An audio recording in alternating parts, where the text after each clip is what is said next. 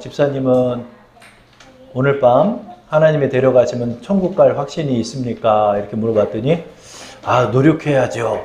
이렇게 이야기하는 걸 들었어요. 이게 왜 그러냐면 이제 우리의 구원관이 아직 불명확하기 때문에 그런 거예요.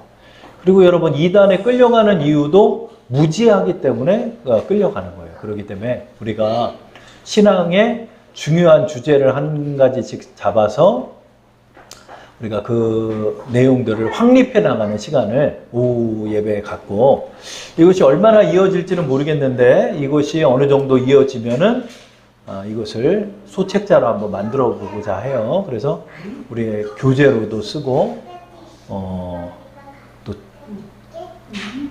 나누는 것으로도 써보도록 하겠습니다. 자, 그래서 두 번째로 우리 지난주 뭐였죠? 과연 믿는 자도 구원에서 파손할 수 있는가? 구원에서 파손할 수 있다는 거죠.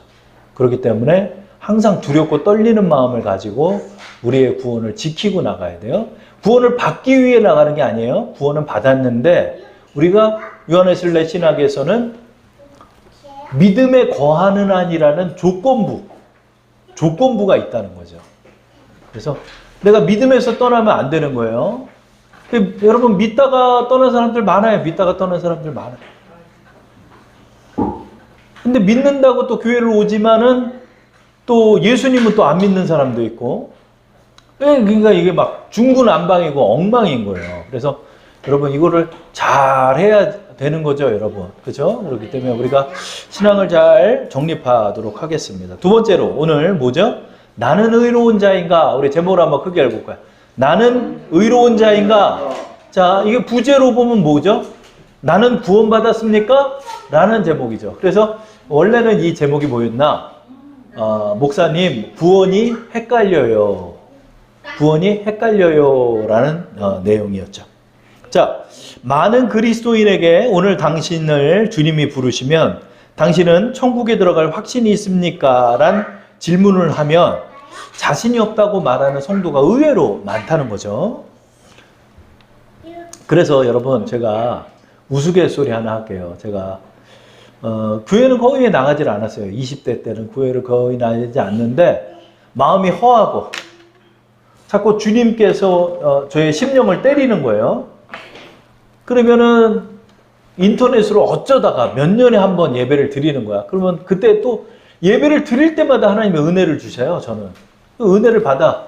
그럼 목사님이 인터넷을 그런 거야. 자, 오늘 밤 예수님을 영접하기를 원하는 사람은 이 자리에서 일어나시고, 인터넷이나 TV에서 이것을 보시는 사람은 그 자리에서 일어나십시오.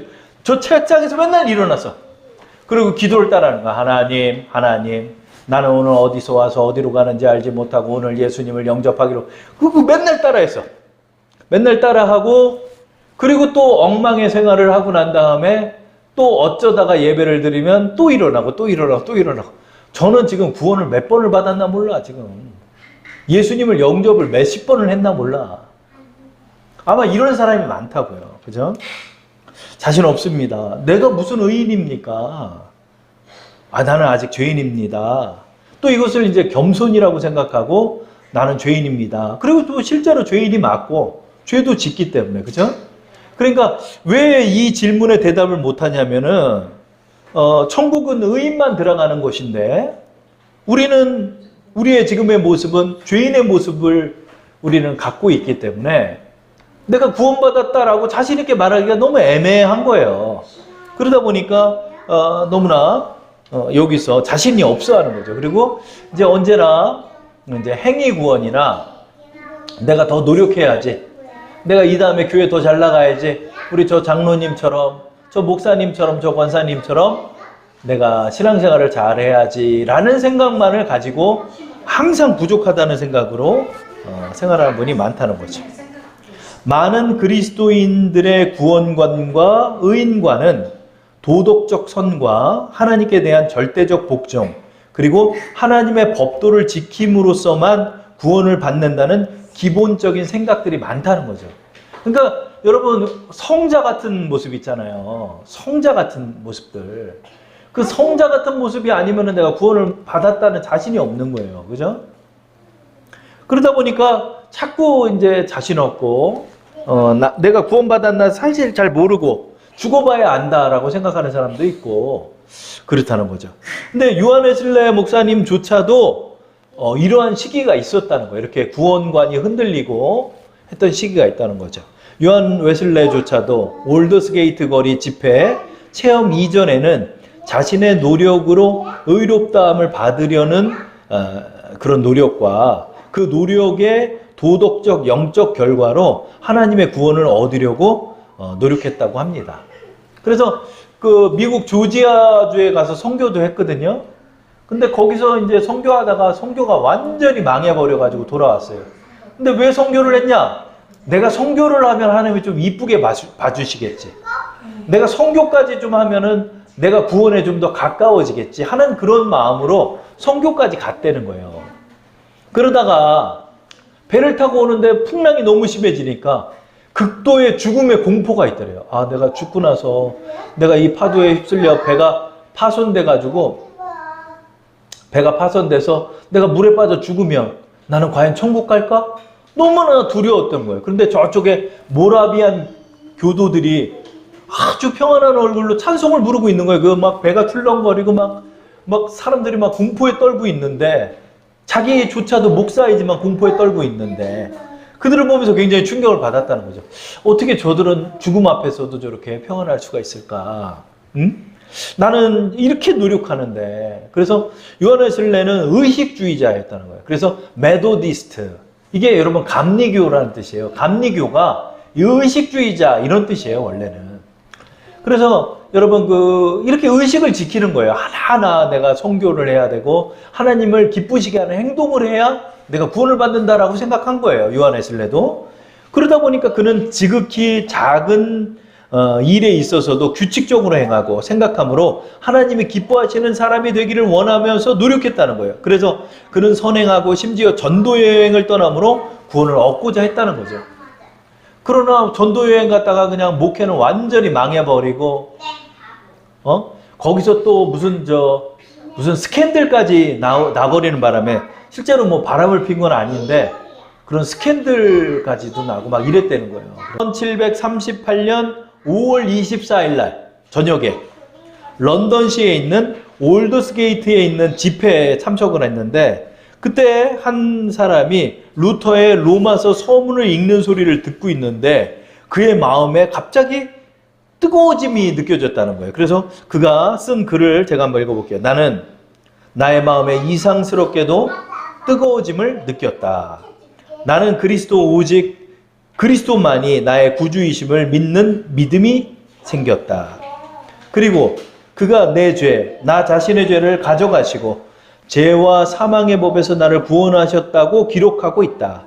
이러한 경험과 함께 웨슬레에게는 아들의 믿음이 왔으며 율법 아래 살 때는 전력을 다해 싸웠어도 패배자일 따름이었는데 이제 은혜 아래서는 승리자가 된다는 새로운 경험을 얻을 수 있었던 것이다.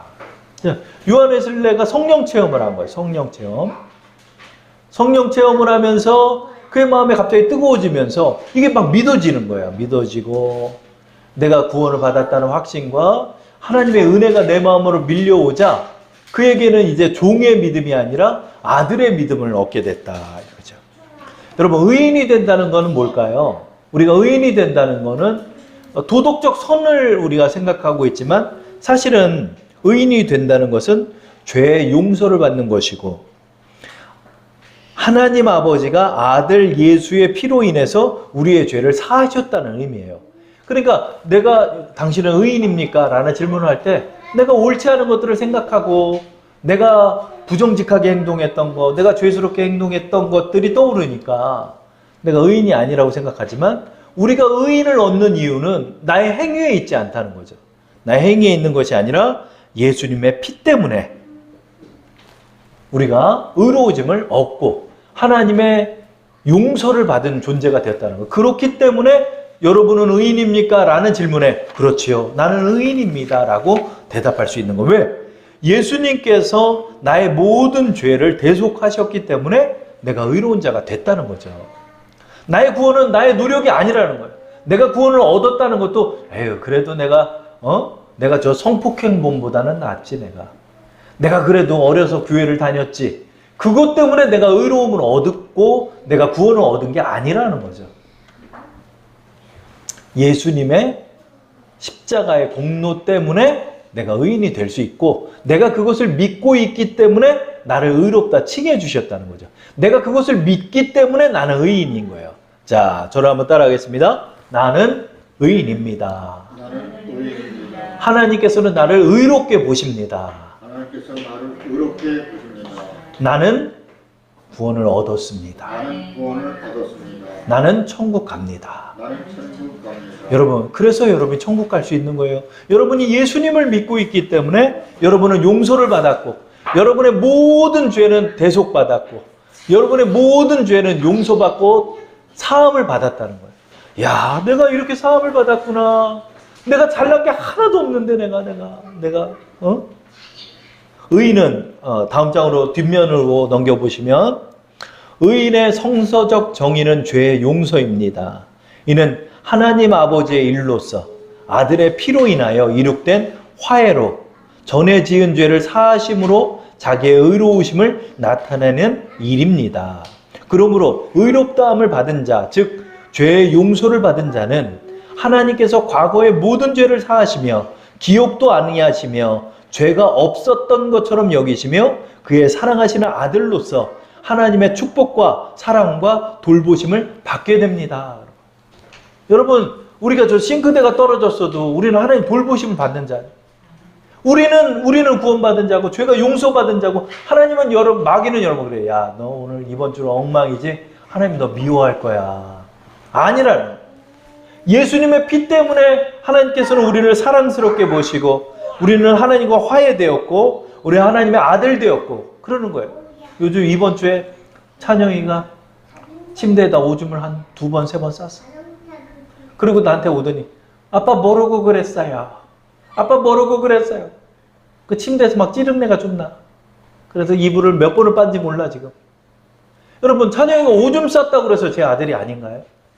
찬영이가 오줌 쌌고 미운 행동을 하고 누나한테 덤비고 싸운다고 그래서 그가 내 아들이 아닌가요? 아니죠, 내 아들이죠. 여전히 사랑스럽고 여전히 내가 사랑하고 내가 돌보고 내가 보호하는 우리의 자녀라는 거죠. 여러분, 하나님이 여러분을 그렇게 보는 거예요. 여러분, 내가 뭘 좀 실수했다 하여서 내가 죄를 짓는다 하여서 심지어는 좀 못되게까지 굴었다 하여서 내가 하나님의 자녀가 아니라는 거죠. 아닌 것이 아니라는 거죠. 우리는 하나님의 자녀가 되었어요. 하나님은 여전히 여러분을 축복하시고 여러분을 사랑하시고 여러분을 돌보시고 지금 이 자리에도 우리와 함께하고 계셔요. 우리를 축복하시고 성령을 한량없이 부어주시고 여러분의 기도에 귀 기울여 주시고 여러분의 기도에 반드시 응답하시고 여러분이 낙담하는 기도를 한다 할지라도 그것을 다 인격적으로 다 받아주시고 들어주시는 거예요. 응? 요즘 우리 찬미가 그냥 엄청나게 따져요, 저한테. 찬미야, 너 감기 걸리면 안 되니까 빨리 내복 입어. 아빠는 반팔 입고 왜 나는 긴팔 입으라고 그래요?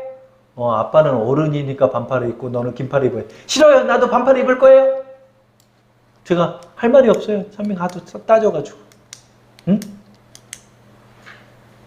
우리의 5살, 6살 먹은 아이의 의견과 그의 주장도 제가 이제 들어야 되더라고요, 아버지가. 그래서 그가 부당하게 여기지 않게끔 내가 또 행동을 해야 되더라고요. 하나님도 마찬가지실 거예요. 여러분의 기도 소리와 여러분의 탄식과 여러분의 주장을 하나님이 야, 이 어린 놈이 뭘 한다고 그래? 이러지 않는다는 거죠, 하나님. 다 들어주시고 그것을 심사숙고해 주시고 귀 기울여 주시고 또 지금 필요하다면 들어주시고 지금 해서는 안 된다면 거절하시기도 하고 하나님 그런 분이라는 거죠. 우리는 어떻게 의인이 될 수 있나요? 아, 목사님, 나는 여전히 담배도 못 끊고 여전히 나는 죄스럽고 이러는 사람들 많아요. 청년들도. 우리의 의인의 조건은 율법의 행함에 있지 않다는 거죠. 어디에 있다? 믿음에 있다는 거죠. 믿음은 의인의 유일한 조건이다. 내가 믿음을 갖고 있다는 거. 내가 여전히 예수님을 믿고 있고 내가 하나님 앞에 우리 예수님께서 하나님의 아들이심을 믿고 있을 때 우리에게는 하나님의 구원이 임하였다는 거죠. 그 믿음이 조건이라는 거예요. 내가 똑바로 살았고, 내가 잘했고, 내가 무슨 일을 했고, 내가 적어도 저놈보다는 낫고가 아니라 믿음의 조건은, 유일한 조건은 오직 믿음이라는 거죠. 믿는 자 외에는 의롭다함을 받을 수가 없다는 거죠. 이것만이 의인의 충분한 조건이 되는 거예요. 내가 그러면 왜 의인입니까? 너 같은 놈이 왜 의인이냐 이거예요. 너 같은 놈이 어떻게 목사냐 이거예요. 왜? 예수님을 믿고 있기 때문에 내가 의인이 됐고, 예수님의 부르심 때문에 내가 주의 종이 될 수 있는 거예요. 어느 누구도 나를 판단할 수 없어요. 우리 주님이 우리를 부르셨고 우리를 구원하셨기 때문이죠. 우리는 우리를 구원에 이르게 하는 믿음을 어떻게 얻을까요? 그러면 한번 우리의 구원을 한번 생각해 볼게요. 우리의 구원이 뭘까요? 왜 하나님이 나를 구원했을까? 아무리 생각해도 구원할 만한 이유가 없어요. 내가 저 사람보다 나은 것도 아니고 더 못됐고 더 죄도 많고 더 하나님 앞에 죄인인데 우리는 어떻게 구원을 받았냐는 거죠. 믿음은 하나님께로서 은혜로 인간에게 선물로 주시는 것이다. 아무것도 난 게 없는데 하나님은 우리를 그냥 사랑하셔서 주신 거예요. 하나님은 이것을 그의 은총을 받을 만하거나 합당한 자에게 주시는 것이 아니라 불경건하고 거룩지 못하며 영원히 멸망받을 수밖에 없는 자에게 주시는 것이다. 은혜는 구원의 근원이요 믿음의 조건이다. 우리가 믿음을 어떻게 얻었죠? 그게 은혜라는 거예요. 야, 내가 어떻게 오고 가다가 이렇게 예수를 믿었지? 우리는 어떻게 구원을 얻었을까? 하나님의 사랑이라는 거죠. 하나님의 은혜라는 거죠. 우리 어떻게 이렇게 진리를 알게 됐을까? 그 많은 가지고 이 모래알보다 많은 의견들과 종교들 속에서 어떻게 진리의 보화를 캘 수 있었을까? 우리가 캔 게 없잖아요. 뭘 공부한 적도 없고 책을 한 권 더 읽은 적도 없는데 어떻게 진리가 우리에게 다가와서 그것이 진리임을 믿게 하시고 알게 하셨을까? 그러면 이게 놀라운 은혜라는 거죠. 그렇죠? 우리가 믿음으로 구원을 얻지만 그러나 요한 웨슬레 신학에서는 또 중요한 게 있다는 거죠. 그게 뭐다? 회개에 합당한 열매도 강조하고 있다는 거죠. 여러분, 예수를 믿는다는 건 지식이 아니라는 거예요. 마귀도 예수가 하나님의 아들이심을 알고 믿고 있어요. 왜냐하면 귀신들이 나타나서 그러잖아요. 예수님 보자마자 나는 당신이 누군지 압니다. 나는 당신이 거룩한 분이 보내신 분임을 압니다. 그랬더니 예수님 뭐라고요? 너는 입을 닫아라. 조용히 해라. 시끄럽게 하지 마라. 떠들지 말라. 그러고 그의 입을 닫아버리죠. 여러분, 구원은요, 우리의 믿음은요, 우리의 전인격적인 결단과 순종에 있다는 거죠. 그렇기 때문에 요한 웨슬레는 회개와 회개에 합당한 열매도 강조하고 있다는 거예요. 그러므로 회개가 없이는 구원의 문인 신앙으로 들어갈 수 없다는 거예요. 나 예수님 오늘 영접합니다. 껌짝짝 씹으면서 예수님 영접합니다. 말씀을 쇼핑 다니면서 그럼 예수님이 하나님 아들임을 내가 믿지. 그런 의미가 아니라는 거예요. 우리의 구원이 정말 어떻게 얻었냐면 값없이 얻었지만 우리의 구원은 죄인 중에 괴수인 내가, 용서받을 수 없는 죄인인 내가 예수님이 날 위해 죽어주셨음으로 말미암아서 내가 죄에서 의롭다 칭함을 받게 됐기 때문에 이것이 얼마나 감사하고 놀라운 은혜입니다. 그렇기 때문에 여러분 우리가 믿음에 이르기 위해서 뭐가 필요하다? 회개가 있어야 돼요. 회개. 통회하고 나의 인생을 회개라는 건 뭐냐면 돌이키다는 뜻이에요. 내가 하나님 앞에 정말 내가 하나님의 사람이 되기를 결단하고 나갈 때 그 믿음이 오는 거예요. 정말로 결단하고 나가는 거예요. 그래, 그 한 전도사님이 예수님 믿겠다고 딱 결심하고 제일 먼저 든 생각이 이제 담배를 끊는 거예요. 담배를 끊으려고 집안 곳곳에 있는 담배값을 정리할 때 007 가방에 담배가 가득하다. 거기다가 담배를 다 담아서 쓰레기통에다 다 버리고 결단하고 나가는 거예요. 하나님. 여러분 회개와 회개에 합당한 열매가 필요하다는 거예요. 정말로. 정말 전인격적인 결단이 믿음인 거예요. 여러분. 근데 요즘은 너무 믿음을 쉽게 말을 해. 정말 내가 예수 믿기로 결단하는, 내가 내일 넘어진다 할지라도 정말로 내가 회개하고 참회하는 자가, 통회하는 자가 그 믿음을 얻는 거죠. 우리가 의롭다함을 받는데 필요 불가결의 조건은 회개와 회개에 합당한 열매라 할 수 있다. 웨슬레는 우리가 구원을 받는다는 것은 믿음과 행위의 양자의 균형을 강조하며 신앙 지상주의, 도덕 무용론을 반박하고 있다. 그러니까 이거를 좀 기억해야 돼요. 저는 이게 맞더라고요. 요한 웨슬레 신학이. 나 1999년 9월 9일 9시 9분 9초에 구원 받았으니까 나 지금 막 살아도 돼요. 나는 구원 받았기 때문에. 그런 얼토당토한 말이 어디 있어요. 우리가 의롭다 칭함을 받았지만 내 인생도 하나님 앞에서 결단하고 나가야죠. 내 인생도 하나님 앞에 순종하고 나가야죠. 모든 죄를 짓는다고 해서 되는 게 어디 있어. 그건 오히려 양심에 화인 맞은 자리. 내가 구원받았기 때문에 더 죄송한 거예요. 그렇기 때문에 또 회개하고 통회하면서 주님 앞에 나가야 되는 것이죠.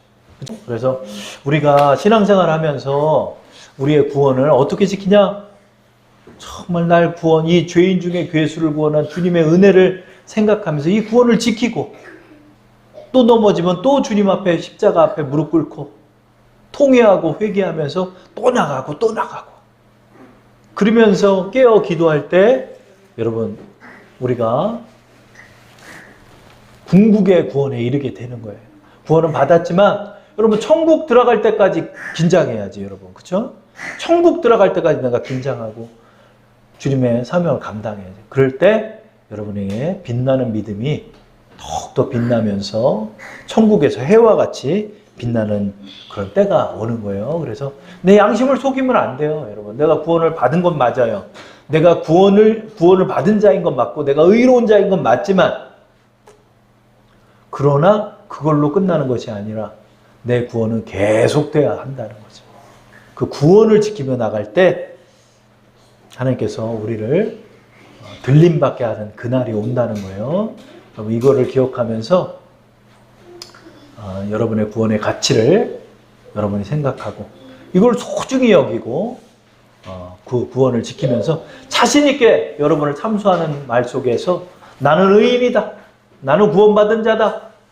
나는 영생을 얻었다. 나는 하나님의 자녀다. 이것을 언제나 주장하면서 자신 있게 아버지 앞에 나가는 여러분 되기 바랍니다.